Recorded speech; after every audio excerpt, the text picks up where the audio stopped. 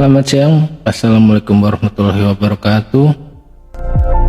Salam sejahtera untuk kita semua. Salam, Om Swastiastu, Namo Buddhaya, dan salam kebajikan.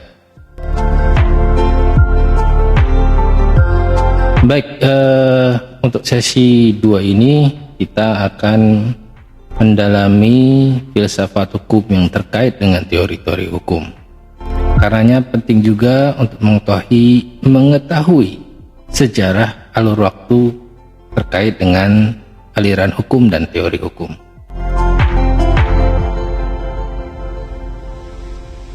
Guna memudahkan pemahaman saudara, jadi pembahasannya akan dibagi, yaitu yang pertama terkait dengan sejarah filsafat hukum alur waktu terkait dengan filsafat hukum. Lalu yang kedua pembahasan mengenai aliran hukum berikut teori-teori hukum, tokoh dan karyanya. Pada sesi sebelumnya kita sudah membahas mengenai apa itu definisi filsafat dan filsafat hukum. Ya, apa yang saudara pikirkan itu betul, bahwa filsafat itu pada intinya adalah suatu question mark besar terhadap segala sesuatu eksistensi yang ada. Dalam kaitannya dengan filsafat hukum, tentunya saudara juga sudah mengetahui bahwa question mark besar ini terkait dengan eksistensi dari hukum itu sendiri. Sebagai aplikasinya, question mark besar tersebut, khususnya yang terkait dengan hukum, akan menghasilkan pemikiran-pemikiran terkait dengan hukum. Ya, memang filsafat hukum berisi teori-teori hukum. Karenanya pula sejarah dari filsafat hukum dan teori hukum itu sendiri juga dipengaruhi secara tidak langsung dari sejarah filsafat itu sendiri. Karenanya pula mau tidak mau kita juga harus mengetahui. Untuk mengetahui alur waktu, kita juga harus mengetahui kapan filsafat itu mulai ada dan kapan filsafat hukum itu mulai dipikirkan. Tidak ada satu pemikiran filsafat yang bersifat mutlak, abadi, digunakan secara murni terus-menerus. Tidak ada. Suatu pemikiran terkait filsafat, termasuk juga filsafat hukum, demikian juga dengan teori-teori hukumnya, ini impact-nya ya dari perubahan-perubahan itu. Tidak ada satu teori terkait dengan hukum dalam suatu aliran hukum tertentu yang bersifat mutlak atau absolut digunakan terus-menerus secara murni. Itu konsekuensinya. Nah, karenanya teori-teori hukum itu juga berkembang dari waktu ke waktu sebagaimana perkembangan filsafat hukum dan filsafat itu sendiri. Terkait dengan perkembangan filsafat, data memang berbeda-beda dari penelitian historikal para ahli. Pemikiran-pemikiran sederhana terkait eksistensi sesuatu hal itu memang berbeda-beda, namun setidaknya dapat ditarik satu kesimpulan, yaitu bahwa kurang lebih dari apa yang diteliti oleh para ahli, kurang lebih 600 tahun sebelum Masehi, sudah ada orang yang memikirkan tentang eksistensi sesuatu, eksistensi kehidupan, eksistensi alam semesta. Meskipun dalam level yang sangat sederhana. Karenanya filsuf-filsuf di zaman dulu itu, karena keterbatasan teknologi, keterbatasan budaya dan pengetahuan, observasinya masih sederhana. dan hasilnya pun masih sederhana. Namun kesederhanaan itulah yang menjadi pondasi dasar untuk suatu perubahan-perubahan berikutnya di masa yang akan datang. Rata-rata para filsuf yang memikirkan terkait hal ini itu memang dimulai berdasarkan penelitian yang ada itu pada zaman Yunani kuno, klasik. Dimulai dari Thales, Anaximander, Anaximenes, Pythagoras, Heraklitus, Aristoteles, karena mereka masih membahas sesuatu yang terbatas. Seperti yang saya sebutkan tadi, keterbatasan terkait teknologi, budaya, pengetahuan. Pembahasan mereka pun masih sederhana. Karenanya pula, fun fact-nya, para filsuf itu keahliannya tidak hanya di satu hal saja. Namun keahliannya banyak sekali. Karenanya pada zaman dahulu para filsuf itu multidisiplin keahlian. Contoh misalnya adalah Aristoteles. Aristoteles sendiri dia dikenal sebagai pemikir-pemikir batu pondasi terkait dengan hukum, etika. Dia sangat terkenal sekali. Tapi Aristoteles pun, orang Eropa menyebutnya Aristotle. Aristoteles pun sangat interest dan memikirkan terkait dengan kehidupan biologikal. Karena di samping ahli di bidang metafisika, Aristoteles pun ahli di bidang fisika, khususnya di biologi. Dia mengklasifikasikan kelompok-kelompok makhluk hidup. Itu baru Aristoteles, belum Pythagoras, yang dikenal dengan matematika. Filsuf Pythagoras sebenarnya sederhana. Dia mengatakan bahwa kehidupan itu berawal dan bersumber dari angka, perhitungan. Dia menolak apa yang disampaikan oleh Thales, bahwa kehidupan itu elemental. Ada yang mengatakan dari air, semua bersumber dari situ. Ada yang bersumber dari api, ada yang bersumber dari angin. Yang kita kenal di zaman Middle Age itu adalah elemental ya. Air, api, angin, bumi. Sementara Pythagoras berpikir itu adalah angka sumbernya. Semua itu tidak akan bisa terjadi apabila tidak ada perhitungannya. Angin tidak bisa berhembus kalau tidak ada perhitungannya. Sejauh itu pemikirannya, betul, sangat jauh. Yang akhirnya dia menemukan rumus-rumus yang disebut rumus Pythagoras. Di dalam tubuh kita, menurut Pythagoras, semuanya perhitungan. Tidak salah. Ada perhitungan terkait dengan bagaimana interaksi reaksi kimia di dalam perut kita. Ada perhitungan terkait dengan bagaimana darah dalam tubuh kita bisa melawan gravitasi hingga mencapai otak kita dan memberikan nutrisi otak.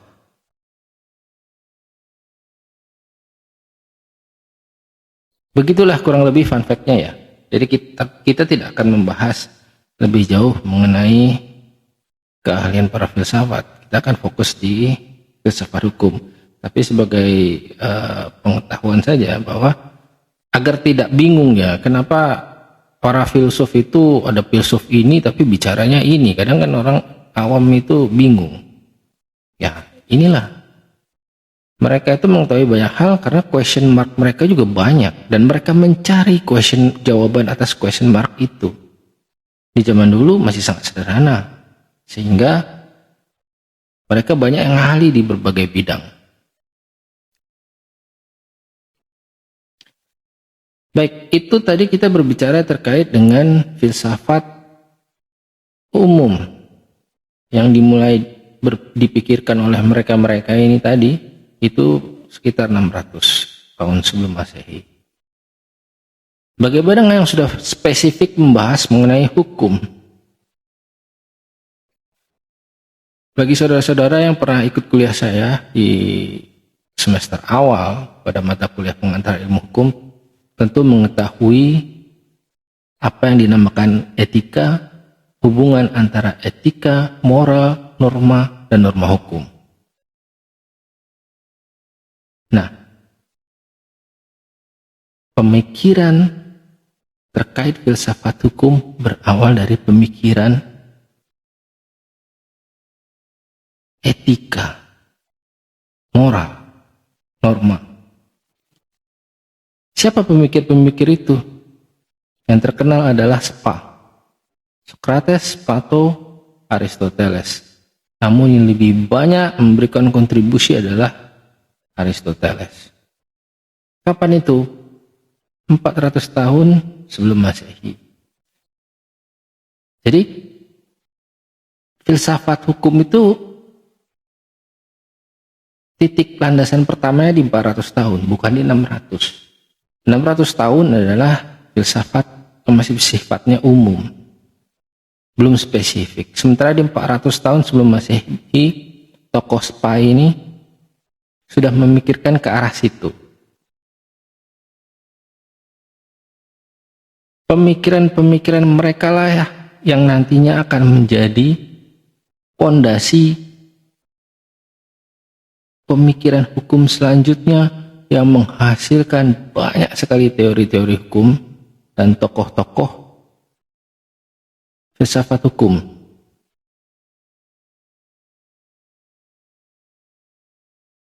Lalu bagaimana dengan timelinenya? Tadi saya sudah sebutkan bahwa filsafat hukum itu mulai dipikirkan sekitar tahun 400 tahun sebelum Masehi.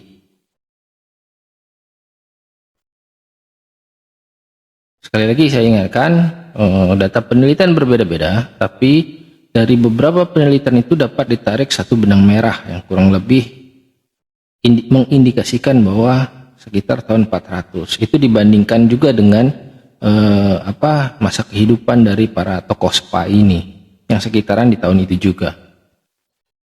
Jadi pada 400 tahun sebelum Masehi itu filsafat hukum berkembang melalui beberapa periode. Periode Yunani klasik. Nah, ini yang saya tadi sebutkan, tokoh-tokoh Spa tadi, Socrates, Plato, Aristoteles. Periode kerajaan Roma, ini ada Cicero, Republik Roma, kerajaan Roma, Republik Roma, Kekaisaran Roma, ada Cicero, dan terakhir sebelum Roma hancur, Kekaisaran Roma Timur yang dipimpin oleh Justinianus.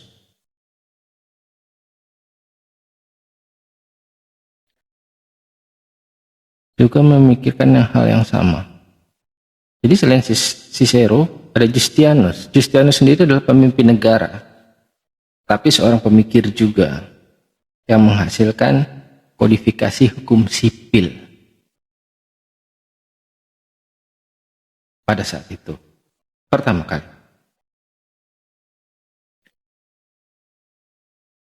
Setelah kekuasaan Roma itu habis dengan kekalahan direbut oleh, saya menyebutnya Roma itu ada dua versi ya, Romawi Barat dan Romawi Timur. Dulunya satu imperium besar, namun ketika sudah mulai banyak masalah di dalam tubuh Roma. Para pejabat, kekuasaan, dan segala macam intrik, segala macam hancur. Yang bertahan adalah Bizantium, Romawi Timur. Namun pada akhirnya Bizantium, Romawi Timur juga menyerah ketika diserang oleh Ottoman, Utsmania. Nah, pada saat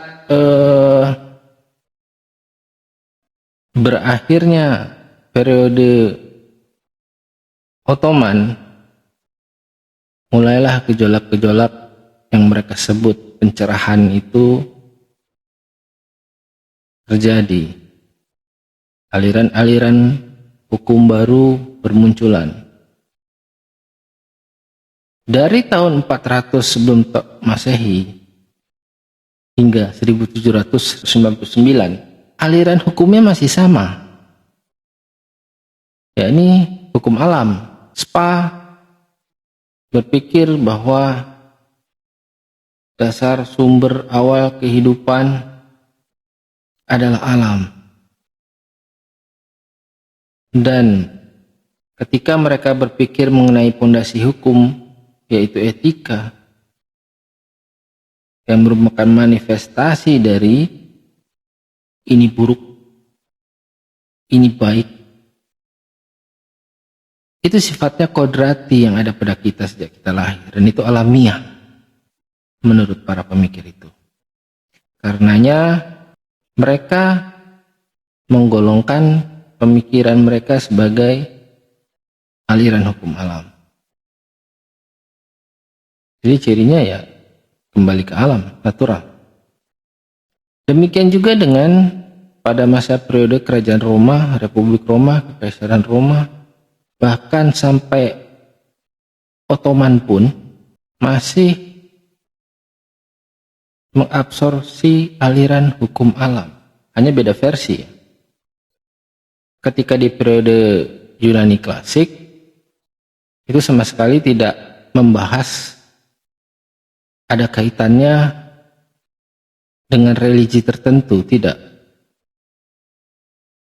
Namun ketika masuk di Roma, ada kaitannya dengan Katolik. Ketika masuk di Bizantium hingga Ottoman, itu kaitannya dengan Islam. Dari periode ini, seluruhnya itu masih mengarah ke suatu hal yang sama, yaitu hukum alam. Di mana mereka semua mengakui the creator, adanya pencipta, baik itu zamannya klasikal Yunani, periode Yunani, Roma, maupun Islam. Ketika Yesus di masa kerajaan Romawi, ketika Islam dengan Muhammadnya di masa Bizantium, beda religinya. Namun sesuatu yang sama adalah semuanya kembali pada the creator, alami, kodrati. Baik buruk ada dalam kodrati, tanpa melihat identitas religi. Jadi kembali lagi bahwa aliran hukum alam itu dari 400 tahun, abad 400 tahun sebelum Masehi hingga 1799 Masehi, cukup lama waktu kejayaan aliran hukum alam. Ingat sekali lagi bahwa aliran hukum alam mengatakan bahwa baik buruk itu kodrati, dengan mengesampingkan seluruh identitas religi. Kodrati itu berasal dari si pencipta, the creator. Nah, disinilah ada perbedaan-perbedaan who is the creator. Yang diimani, dipercayai berbeda-beda dalam identitas religi. Tapi intinya sama ya. Hukum alam. Fokusnya adalah the creator. Karena itu di masa itu, di rentang waktu masa hukum alam ini, seorang pemimpin itu biasanya diasosiasikan dengan perwakilan Tuhan di dunia, titisan Tuhan di dunia. Karena pula apa yang dikatakan oleh seorang pemimpin itu bagian dari mahakarya Tuhan, creator. Bahkan secara ekstrim di Romawi sampai mengatakan bahwa, saya lupa ya, itu Caesar keberapa, apakah Agustus, saya lupa. Tapi yang jelas mengatakan bahwa apa yang dia katakan adalah hukum, dengan asosiasi bahwa dia seorang pemimpin. Pemimpin itu adalah utusan Tuhan di dunia. Mematuhi pemimpin sifatnya adalah wajib. Dan ketika bertentangan dengan pemimpin, maka bertentangan dengan the creator, bertentangan dengan hukum alam, dan itu menyimpang. Sekali lagi, penyimpangan-penyimpangan yang terjadi ini tidak terkait dengan identitas religi. Menyimpang dari kodrati berarti menyimpang dari creator.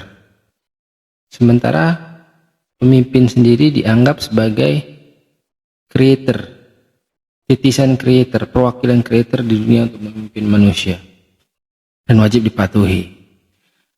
Sehingga di masa kerajaan dahulu itu banyak dari mereka yang menyalahgunakan kekuasaan. Absolute power jadinya, dengan pemahaman natural law yang diasosiasikan dengan the creator ini. Karenanya setelah masa-masa kehancuran itu terjadilah perubahan yang sangat mendasar. Sebagai contoh misalnya, ketika di masa Katolik, ketika Galilei mengatakan dan menemukan teorinya, bumi itu bulat, bumi itu mengelilingi matahari, dia dianggap bertentangan dengan dogmatis dari apa yang dikemukakan oleh para ahli pemuka agama, terutama para raja, penguasa. Nah, karena bertentangan itulah dia dianggap sebagai bid'ah, menyimpang. Karena itu pula Galileo Galilei menerima konsekuensi dari teorinya, dan dia dianggap sebagai setan atau iblis. Pemimpin menjadi sangat absolut, kekuasaannya sangat absolut atas dasar pemikiran itu. Setelah hancurnya masa-masa kejayaan kekuasaan para pemimpin raja-raja pada saat itu, mulailah terjadi pergolakan. Selama ini apa yang dipikirkan itu tidak benar seperti itu. Ternyata ketika teknologi sudah ditemukan, budaya sudah berkembang,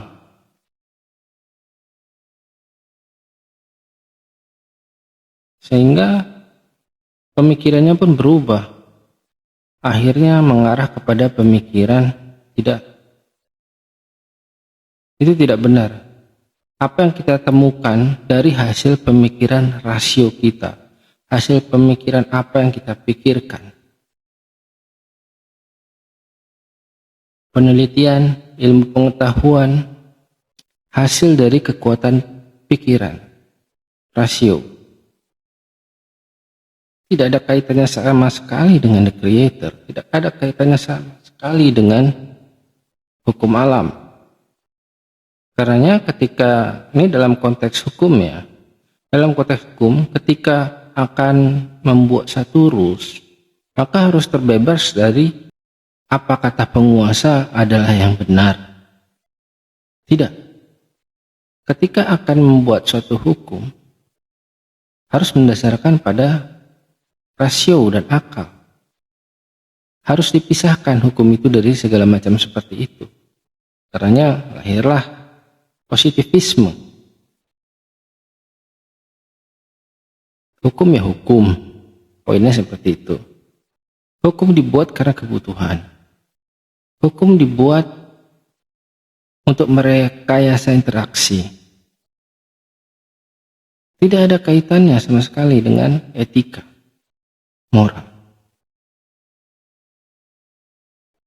Apa yang ada di suatu kelompok diyakini benar, belum tentu di kelompok yang lain dengan kultur yang berbeda benar juga.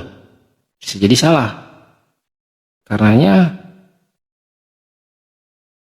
tidak boleh ketika merumuskan suatu hukum itu mencampur adukkan antara apa yang disebut dengan kodrati Tuhan dengan kebutuhan interaksi manusia yang bisa dipikirkan.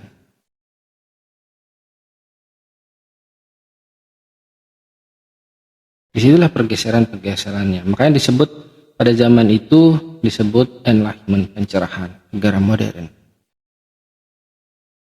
Jadi bukan lagi negara dibentuk, hukum dibentuk, kekuasaan dibentuk, itu karena titisan Tuhan dan warisannya.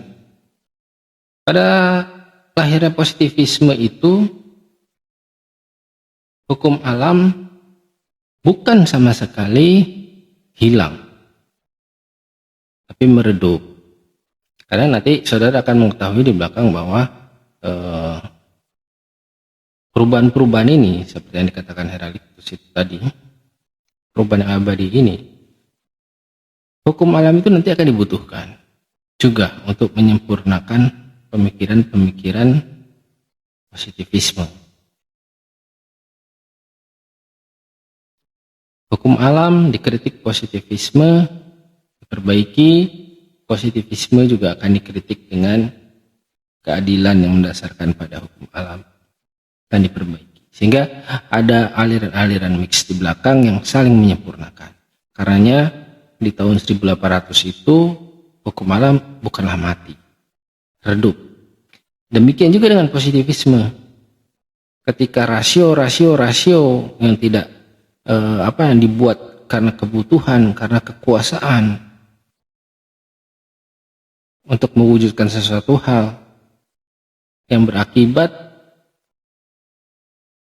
terdistorsinya nilai keadilan. Ingat, nilai keadilan itu berasal dari apa yang kita rasakan sebagai baik buruk, etika. Ini pemikiran hukum alam. Jadi positivisme itu ya betul memang mengesampingkan keadilan, tapi menjadikan dia suatu kepastian hukum. Jika hukum ini ada, ya sudah, semuanya sama. Hukum itu tidak bisa ditafsirkan lain-lain selain apa yang tertulis, selain apa yang dipaksakan, apa yang dibuat oleh penguasa. Tidak boleh ditafsirkan lain selain itu. Positivisme ya. Jadi keadilan terdistorsi.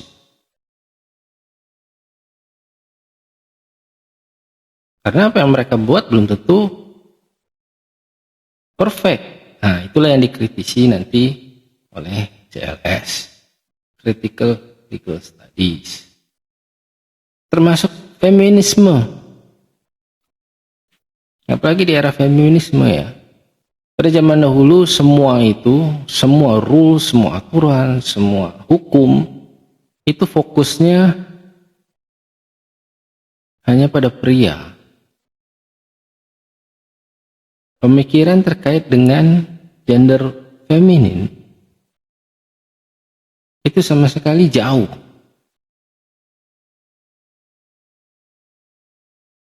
Misal contohnya di positivisme terkait dengan pengaturan tenaga kerja. Tenaga kerja haruslah laki-laki, atau tenaga kerja yang dibutuhkan itu laki-laki. Karena perempuan banyak hambatan dan segala macam. Dan pemimpin haruslah laki-laki. Karena perempuan dianggap tidak mampu untuk memimpin. Entah karena alasannya adalah kepercayaan, entah alasannya adalah penguasaan atas logik dibandingkan dengan intuisi. Nah, hal itu justru menyebabkan ketidakadilan itu sendiri bagi golongan feminin. Karena mereka ketika di feminisme, mereka menghendaki bahwa aturan itu jangan seperti itu. Itu yang dikritisi juga ketika positivisme membuat aturan yang tidak memenuhi rasa keadilan dari feminisme. Ingat, keadilan adalah identik terasosiasi dengan hukum alam. Rasa adil. Demikian seterusnya. Perubahan-perubahan itu terjadi, tapi saling menyempurnakan hingga hari ini. Baik, dari tambahan itu tadi, kita sudah memahami ya sejarah perkembangannya. Dari timeline tadi itu sebenarnya kita dapat gambaran global, umum, bahwa aliran hukum itu sebenarnya dua yang paling utama adalah hukum alam dan positivisme. Karenanya teori-teori hukum pun merujuk pada hukum alam dan positivisme. Tokohnya pun merujuk pada hukum alam dan positivisme. Sementara aliran hukum yang lainnya adalah modifikasi dari dua basic ini. Sehingga tokohnya pun, karyanya pun mix.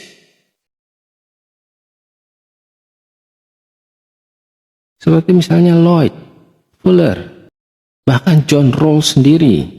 Apabila saudara mendalami pemikiran John Rawls, yang dirinya enggan disebut bagian dari hukum alam, konsekuensinya justru dia mengadopsi hukum alam itu sendiri, yaitu nilai justice, keadilan, and fairness. Di situ dia ada membahas mengenai rasa adil dan tidak adil. Kalau itu dipertanyakan, kalau itu datang dari rasio, lalu dari mana rasa adil dan tidak adil itu? Padahal John Rawls sendiri itu menolak dikatakan sebagai bagian dari hukum alam. Dia lebih positivis menurutnya. Namun ketika berbicara distribution of justice, di mana pemikiran sederhananya adalah orang kaya yang terlahir kaya, mempunyai source yang begitu adanya ketika dia lahir, mempunyai kelebihan dari orang lain. Orang yang miskin yang terlahir miskin, kodratinya miskin dan begitulah seadanya. Ketika dia akan berusaha menjadi kaya pun akan terbentur oleh banyak hal dan tidak mudah. Hanya faktor X dan keberuntunganlah yang bisa berubah itu. Tapi itu tidak berlaku untuk semua orang. Nah, ketika kaya dengan keunggulannya ini, ketika miskin dengan kekurangannya ini, regulasi aturan itu harus bisa memenuhi keadilan, balance antara si kaya dan miskin. Barulah hukum itu dapat dikatakan efektif, memenuhi rasa keadilan. Itu yang dipikirkan oleh Rawls. Jadi menurut Rawls, kaya harus membantu si miskin, aturan harus memaksa si kaya membantu si miskin. Sederhananya seperti itu. Aplikasinya apa? Dalam pengaturan gaji untuk labor, si kaya harus membantu mensejahterakan si miskin ini yang bekerja padanya. Ketika berbicara mengenai ketidakmampuan si miskin, misalnya untuk biaya-biaya sekolah dan segala macam, negara harus membuat rules yang dapat memaksa si kaya untuk membantu si miskin sekolah. Misalnya dibuat suatu lembaga, yayasan, atau mengharuskan suatu perusahaan membebaskan biaya sekolah. Jadi John Rawls pemikirannya ingin menyeimbangkan itu. Nah, kalau kita balik ke situ, maka sebenarnya apa yang dipikirkan dia adalah nilai keadilan. Yang dipikirkan Spa pada zaman dahulu, 2000 tahun yang lalu. Itu tadi contoh ilustrasinya seperti itu, bahwa intisarinya adalah bahwa hukum alam itu intisarinya adalah bahwa penggolongan aliran hukum yang utama adalah hukum alam dan positivisme, di mana ini tidak bisa berdiri sendiri pada kenyataannya dan realitanya saat ini. Mereka saling melengkapi sebenarnya, namun gengsi untuk mengakui. Seperti itulah bahasa sederhananya. Ya betul bahwa hukum alam setelah kita mempelajari tadi itu yang paling lama ya. Hukum alam itu aliran paling lama dan menjadi pondasi pemikiran selanjutnya. Redup tapi tidak ditinggalkan.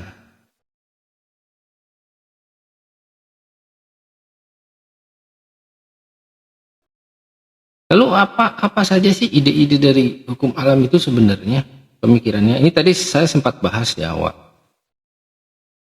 Ide pokoknya itu bahwa hukum alam itu adalah keseimbangan, keadilan, dan kesempurnaan dari Tuhan. Hukum alam, baik fisika, metafisika, berlaku universal, sama. Nilainya sama. Keadilan itu nilainya sama. Baik buruk itu nilainya sama. Tidak ada baik buruk nilainya berbeda menurut hukum alam. Karena itu kodrati, sekali lagi kodrati, dari creator. Selama kita diciptakan oleh creator, maka nilai itu akan terpatri. Logika sederhananya ini seperti bagi mereka yang mengetahui terkait dengan ilmu komputer ya, hardware. Terpatri, kodrati, sudah lahir begitu. Dan sudah diberi program itu, oh ini baik, ini buruk. Ketika kita kecil pun, kita tahu mana yang baik dan buruk. Intuisi, itu terpatri. Jika dianalogikan dengan ilmu komputer, hardware, intuisi dan program itu adalah BIOS yang sudah diciptakan dari pabrik. Sama, seluruh komputer seluruh dunia punya BIOS.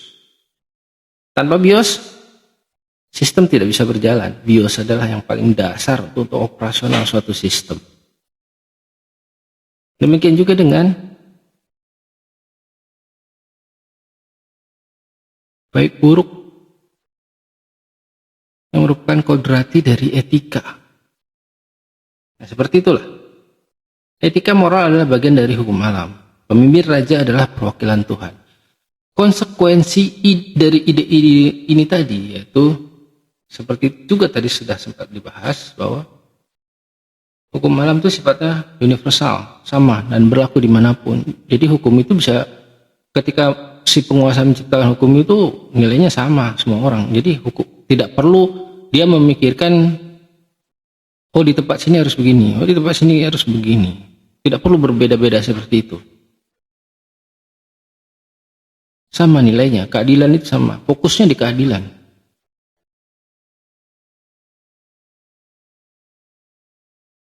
Karena nilainya sama, maka konstruksinya seharusnya semua harmonis. Tidak ada hukum yang bisa bertentangan dengan kodrati, hukum alam. Harus harmonis. Jika tidak harmonis, itu tidak bisa dikatakan sebagai hukum yang adil. Jadi ketika dia merumuskan hukum, maka validitasnya harus diuji dari nilai-nilai hukum alam, kodrati tadi. Tuhan yang identik dengan religi, creator, pemimpin. Ini tadi saya sempat bahas juga. Raja pemimpin adalah perwakilan Tuhan di dunia dan dianggap pihak yang tahu bagaimana hukum Tuhan dan bagaimana membuat hukum yang harmonis. Karenanya pula raja adalah pihak yang berhak untuk membuat hukum dan mengatur kehidupan manusia. Titah dia adalah hukum. Efek dari ini adalah absolute power dan kesewenang-wenangan. Dan tadi saya sempat jelaskan, ini nanti akan dikritisi menjadi suatu aliran hukum baru. Walaupun hukum alam dianggap mempunyai keburukan, tapi bukan berarti hukum alam tidak punya kontribusi apapun terhadap ilmu hukum. Prinsip-prinsip universal tadi itu sebagai dasar dari hukum internasional. Misalnya kejahatan terhadap kemanusiaan, hak asasi manusia, nilainya sama. Memperlakukan tidak adil seseorang dalam urusan pekerjaan misalnya, mau Anda di Amerika, mau Anda di ujung dunia mana, dan di Indonesia, ketika pemberi kerja tidak memperlakukan seseorang berdasarkan prinsip-prinsip hak asasi manusia, human rights, apalagi sudah ada deklarasi human rights yang prinsipnya semua sama, diratifikasi seluruh negara karena merasa nilainya sama, keadilannya sama. Jadilah dia hukum internasional. Tidak hanya di bidang hukum internasional publik, di hukum internasional yang bersifatnya private atau perdata, demikian juga hukum perdagangan internasional. Karena pada zaman dahulu juga setiap polis atau negara-negara di Yunani itu saling berinteraksi antara satu dan lain untuk memenuhi kebutuhan hidup kelompoknya. Ada yang mempunyai resource batu, ada yang tidak mempunyai resource batu untuk membangun, akhirnya mereka bertransaksi. Contoh sederhananya seperti itu. Nah, ketika terjadi transaksi, ketika gagal bayar, ada orang yang dirugikan, bagaimana penyelesaiannya? Dua polis yang berbeda. Jadilah standar rules. Oh, ini tidak adil, ini kamu buruk, jadi harus dibuat aturan mainnya. Bagaimana? Ya, aturan mainnya misalnya, dia harus membayar atau mengganti. Dan itu berlaku semua kepada setiap orang yang berdagang tanpa memandang dari mana asalnya. Universal. Hukum laut.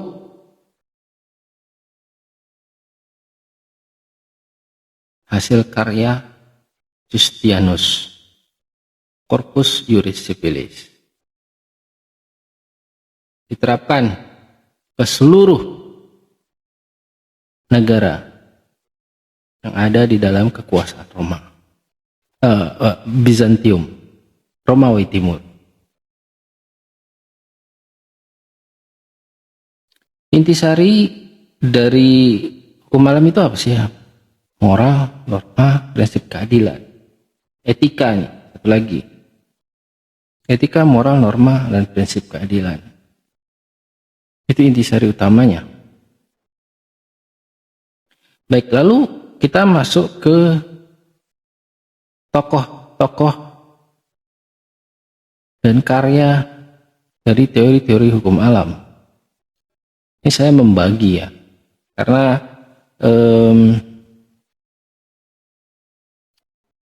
para tokoh dan karyanya itu banyak sekali yang mereka bermasa pada hukum alam, yaitu ketika pada masa jayanya hukum alam dari 400 ke 1799, dan periode itu kita namakan periode klasik sajanya, dan periode setelah redup yaitu 1800, sebagaimana saya tadi katakan, setelah redup sementara hukum alam itu digantikan dengan aliran hukum baru, itu positivisme dan kawan-kawannya. Itu tidak berarti teori-teori hukum alam, pemikir-pemikir dan karyanya berhenti. Seperti yang saya katakan tadi, masih berlanjut, saling mengkritisi. Nah, karenanya saya membaginya di periode klasik, masa jayanya, ya jelas itu tanpa perlawanan ya, dan masa redupnya ketika itu sudah dilawan dan dikritisi, tapi masih tokoh-tokoh itu masih memikirkan dan punya hasil karya.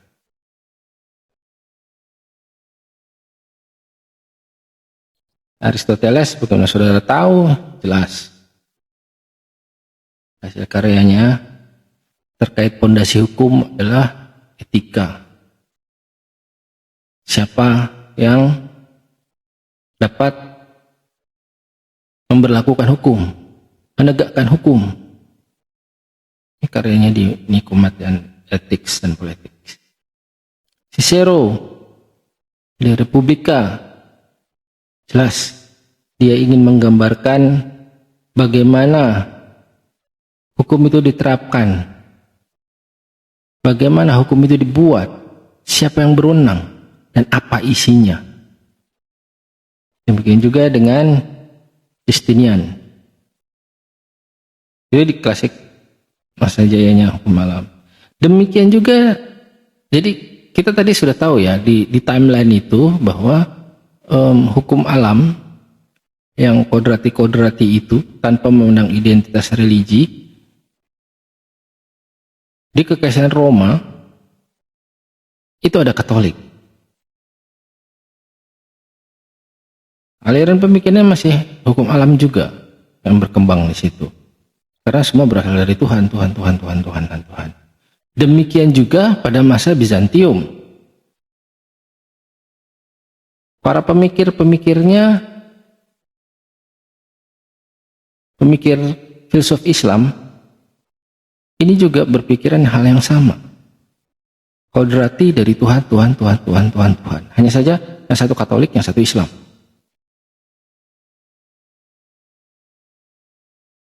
Tapi muaranya sama, the creator. Nah, para pemikir filsuf ini lahir setelah adanya kekhalifahan Muhammad. Jadi singkat ceritanya di Bizantium itu udah menuju kehancuran Romawi terakhir-terakhir. Maka ada kekuatan baru, politik baru yang muncul, yaitu Islam pada saat itu,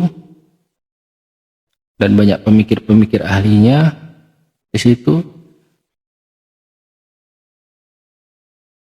yang berpikir terkait hukum yang juga harus mengacu pada hukum alam.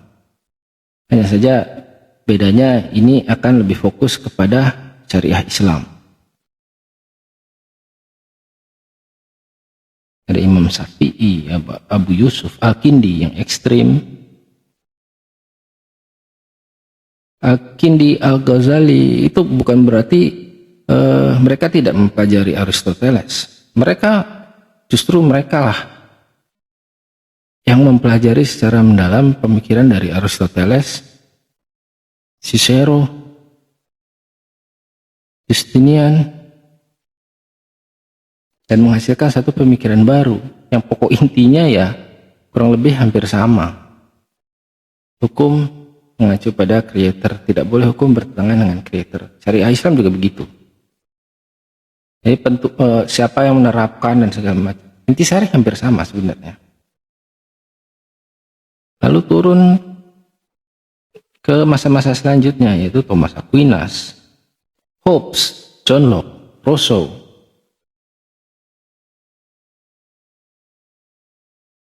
Ini tokoh-tokoh hukum alam. Jadi semua harus bersandar ke kodrati.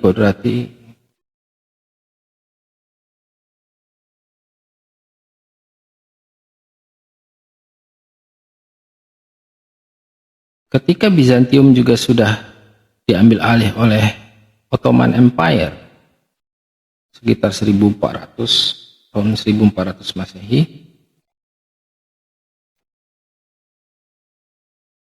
itu pemikiran-pemikiran hukum kembali non-identitas religi.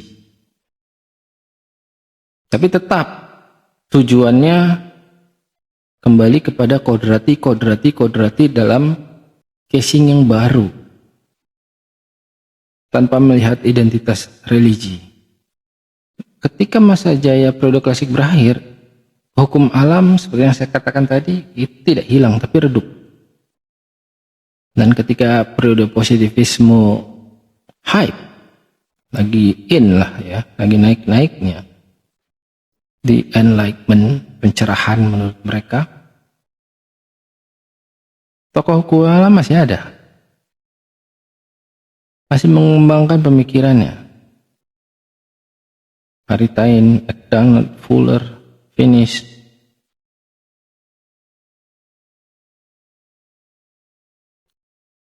Termasuk di Indonesia adalah Franz Magnus Suseno. Tokoh hukum alam yang ada di periode masa saat ini, periode positivisme, periode redupnya hukum alam, periode berganti lagi Franz Magnus Suseno. Jadi kembali bahwa intisari dari hukum alam dan karya-karya tokoh dan segala macam itu sebenarnya mengakui the creator yang menciptakan nilai baik, buruk, adil, dan harus kembali ke situ. Itu intisarinya.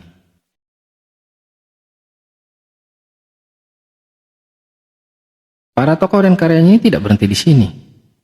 Masih ada lagi hingga ke abad 20 saat ini. Giliran Anda untuk mencari dan menemukan siapa mereka. Baik, selanjutnya kita ke positivisme. Apa ide-ide dari positivisme? Ya itu tadi, saya sempat menjelaskan di dalam timeline bahwa positivisme itu mengkritisi hukum alam. Oh tidak begitu cara berpikirnya. Itu adalah hukum positif, empirik, dapat observasi, dan non-metafisika. Dan tidak universal, berbeda nilainya di sini dan di sana. Itu diciptakan oleh kita karena suatu kebutuhan. Nilai-nilainya harus terbebas dari Tuhan, terbebas dari pemikiran raja-raja yang merupakan titisan Tuhan. Harus terbebas dari apapun yang namanya kewahyuan.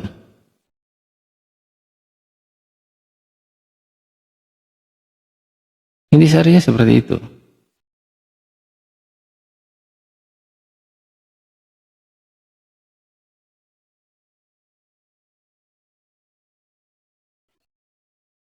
Pembaharuannya ada di mana? Pembaharuannya ada sanksi yang diterapkan oleh penguasa secara jelas dan tegas yang diatur di dalam suatu undang-undang. Jadi bukan kata raja kamu dihukum terus dihukum. Kata penguasa kamu salah lalu deh salah. Tidak. Ada lembaga. Ada yang membuat aturan, ada yang menerapkan penegakannya, ada yang mengeksekusi. Dari ide itu tadi, konsekuensinya itu tadi. Legalisme, positivisme, hukum positif. Jadi kalau konsekuensinya adalah ketika hukumnya tidak ada,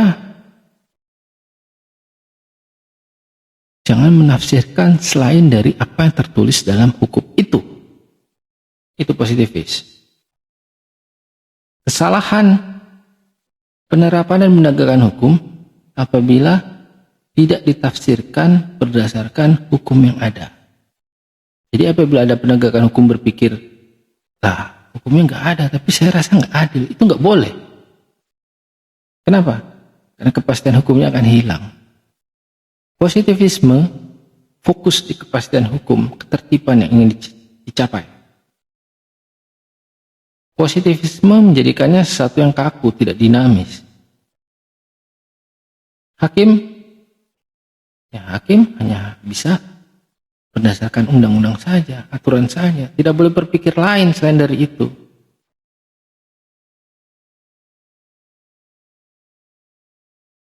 Hukum harus bersifat subordinatif,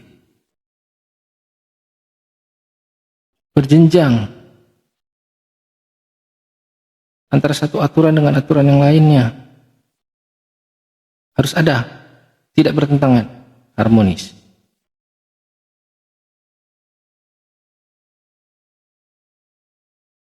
Demikian juga penerapannya, penegakannya.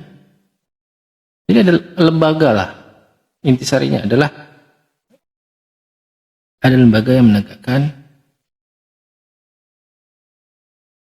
ada lembaga yang membuat, ada lembaga yang mengesahkan, ada lembaga yang mengeksekusi.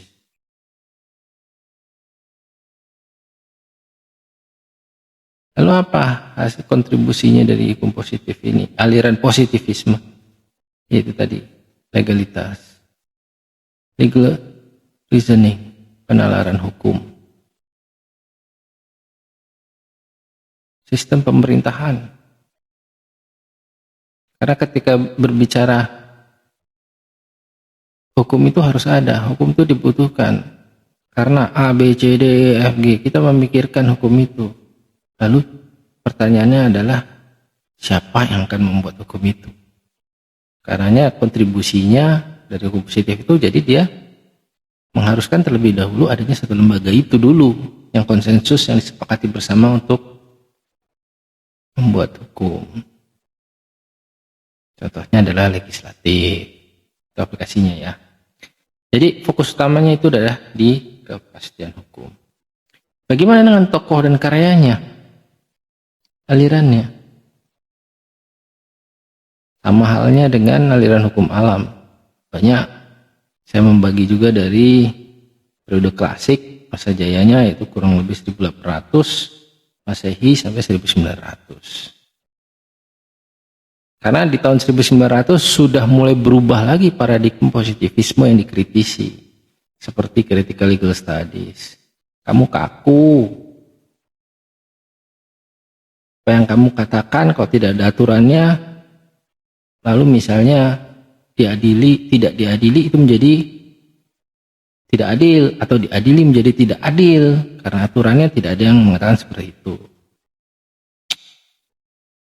Contohnya sederhananya seperti ini ya. Sekali lagi ini hanya contoh agar paham apa yang saya maksud. Contohnya adalah seperti ini.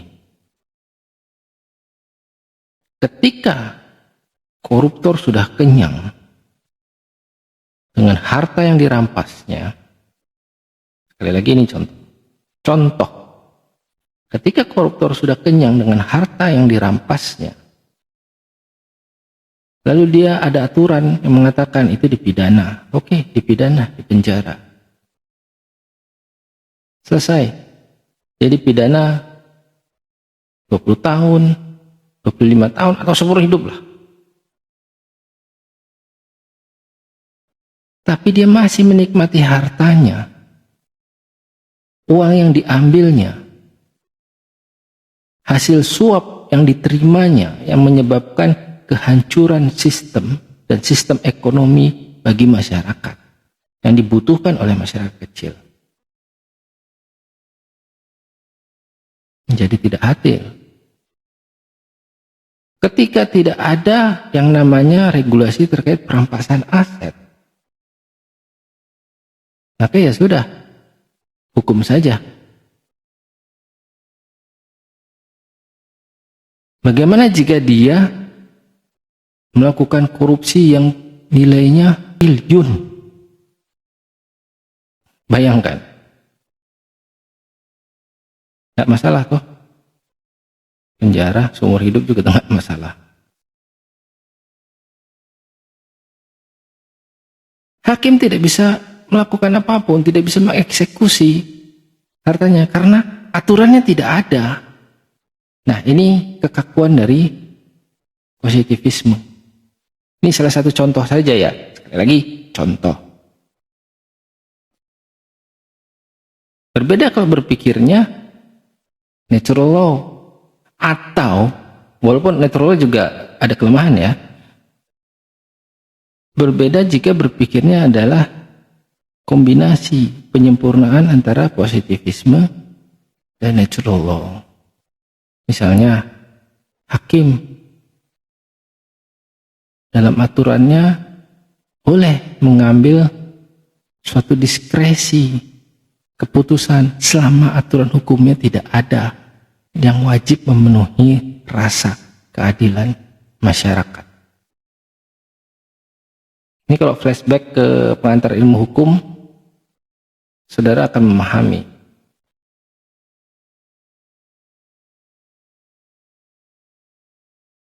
Jika kita berbicara hakim di Indonesia, maka konteksnya Pancasila ya. Nah, ketika hakim diberi kebebasan untuk diskresi berdasarkan aturan yang mengkombinasikan antara hukum alam dan positivisme, dan ketika aturan itu mengatakan bahwa apabila hakim tidak menemukan hukumnya, maka hakim diwajibkan untuk mencari hukumnya dan memberikan keputusan yang adil. Misalnya seperti itu bunyinya. Maka aplikasinya, implementasinya, ketika ada koruptor yang kodul triliun itu tadi, hakim dapat mengeksekusi dan memerintahkan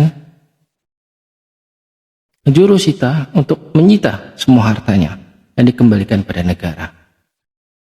Atau itu dari sisi yudikatif, dari sisi legislatif memikirkan, saya harus mempertimbangkan rasa keadilan. Karena aturannya tidak ada, ya saya harus buat aturan itu. Karena pertimbangan keadilan. Nah, kurang lebih seperti itu. Itu hanya contoh saja. Jadi banyak sekali tokoh-tokoh di aliran positivisme ini baik pada masa klasik maupun berakhirnya positivisme ketika dikritis. Itu tadi saya berbicara contoh mengenai bagaimana positivisme dikritisi karena kekurangannya, yaitu kekakuannya. Sehingga nilai-nilai keadilan terabaikan. Nah, ketika masa-masa itu, masa jaya positivisme berakhir, bukan berarti positivisme hilang. Sama halnya dengan hukum alam. Bukan berarti hukum alam hilang dan karyanya pun hilang, tidak. Meredup, menyempurnakan. Demikian juga dengan positivisme, meredup dan menyempurnakan.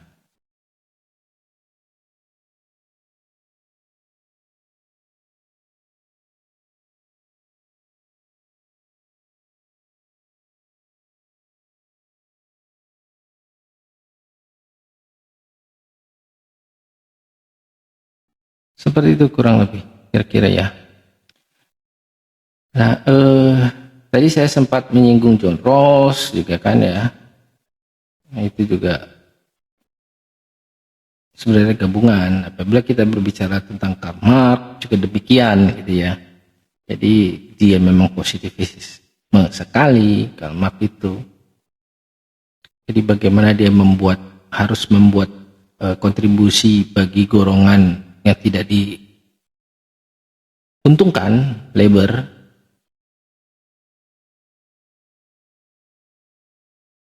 itu sebenarnya juga berpikiran mengenai keadilan. Pemikiran Karl Marx juga bersandar pada Jeremy Bentham ya, yang sebelumnya punya postulat the happiness for the greatest number. Jadi kepentingan orang banyak itu yang harus didahulukan. Tidak salah. Memang itu esensi dari bernegara. Begitu dari segi pandang positivisme. Tapi bukan berarti dari segi pandang hukum alam tidak begitu. Demikian juga dengan hukum alam, karena itu tercapai keadilannya. Jadi sebenarnya konkretnya antara hukum alam dan positivisme itu tidak bisa berdiri sendiri di era modern ini. Tokoh-tokoh mengatakan tidak, tapi pada prakteknya rata-rata dan banyak dari mereka juga yang mengadopsi hukum alam. Baik, tadi setelah saudara mengetahui timeline, sejarah waktu, tokoh-tokoh dan karyanya,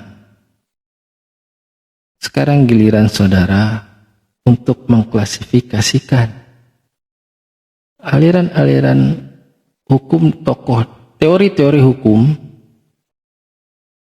tokoh dan karyanya di abad 19, 20. Lebih bagus lagi kalau ada 21, tapi 21 masih awal ya. Karena kita belum di akhir 21, masih di awal-awal abad.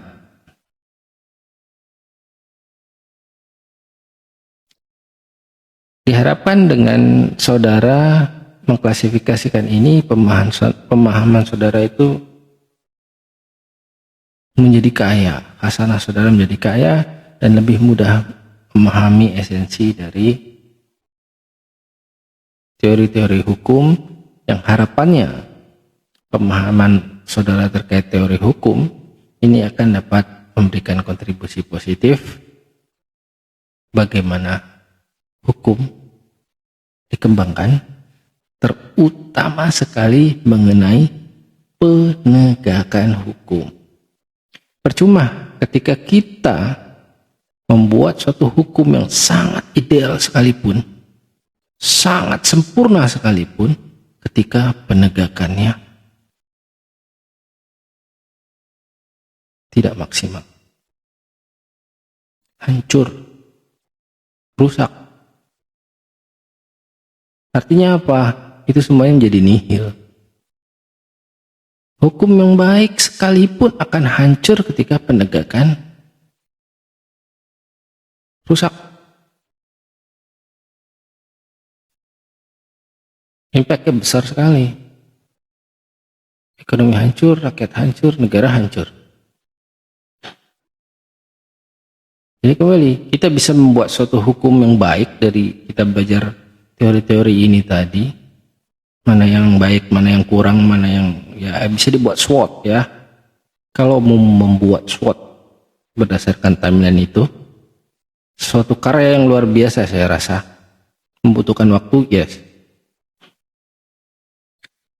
Namun hasil karya itu setidaknya dapat memberikan sumbangsi positif bagaimana hendaknya, sebaiknya hukum yang sempurna itu dan penegakannya. Sampai-sampai kan kita sering menyadari bahwa awam selalu mengatakan bahwa yang hukum di Indonesia ini bagaimana sih? Hukum di Indonesia ini bagaimana sih? Contohnya misalnya terkait dengan pencurian kakao oleh seorang nenek yang berusia lanjut karena sudah sangat membutuhkan uang untuk kehidupan makan cucunya. Sekali lagi cucunya, bukan dirinya. Dia harus mencuri kakao dan itu pun tidak banyak kakao yang dicuri. Awam selalu mengatakan bahwa bagaimana sih hukum di Indonesia tidak adil, hukum di Indonesia rusak. Padahal sebenarnya hukumnya sudah jelas. Mencuri memang dihukum. Tapi penegakannya, hakimnya harus mempertimbangkan rasa keadilan.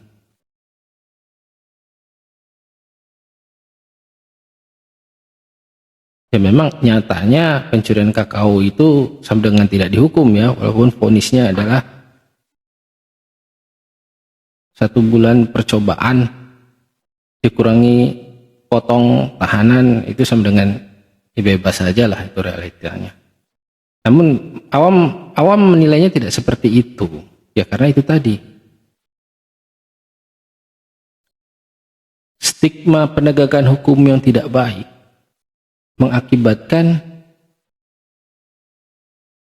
hukum dianggap tidak baik, tidak sempurna. Itu contoh dari sisi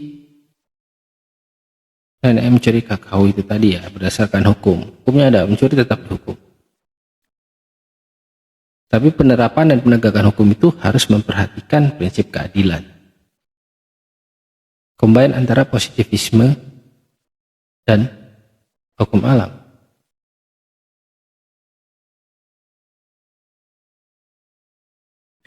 Sebaliknya, terkait dengan korupsi, hukumnya jelas. Model korupsi itu adalah korupsi dengan metode mengambil uang negara dari setiap proyek, baik sedikit maupun banyak, tidak masalah. Metode korupsi selanjutnya adalah suap, walaupun tidak merugikan keuangan negara, tapi dia disuap karena si penyuap mempunyai harapan tertentu untuk mendapatkan suatu keuntungan bagi dirinya atau kelompoknya atau golongan, yang berakibat sistem menjadi rusak, yang berakibat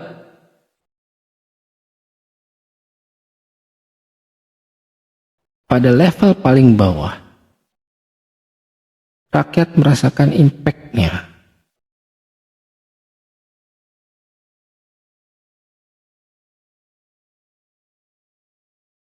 Hukumnya jelas. Jelas kan hukumnya? Koruptor dihukum. Tapi mengapa masih ada koruptor yang tidak dihukum? Itu bukanlah persoalan hukumnya, namun persoalan penegakan hukumnya. Jadi sekali lagi, penegakan hukum itu menjadi satu yang penting, terutama di Indonesia saat ini.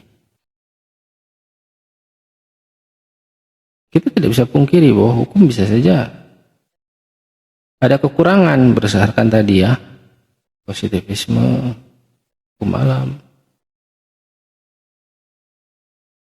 Tapi hukum itu berusaha menjadi idealis dengan adanya teori-teori ini. Tapi yang miss adalah penegakan hukum. Penegakan hukum. Dan kita pun harus bisa menjelaskan itu ya. Jadi jangan sampai dianggap bahwa hukumnya selalu salah. Hukumnya selalu nggak benar. Hukum di Indonesia ini parah. Padahal tidak selamanya seperti itu. Karena dengan teori-teori ini tadi, aliran-aliran hukum, dua aliran hukum utama ini tadi, penyempurnaan dalam teori yang segitu banyaknya tadi para tokoh dan hasil karyanya. Seharusnya hukum itu mendekati idealisme. Memang tidak bisa idealisme 100%, tapi setidaknya mendekati idealisme. Karenanya pula, karena itu mendekati idealisme, seharusnya hukum itu mendekati kesempurnaan. Dan ketika itu fail, bukan berarti hukumnya, karena hukum itu mendekati kesempurnaan. Tapi mari kita melihat apa penyebab failnya. Hukum itu tidak bisa berdiri, tidak bisa ditegakkan apabila tidak ada yang menegakkan. Jadi unsur penegakan hukum, kekuasaan menjadi penentu di sini. Saya kira demikian yang bisa saya sampaikan.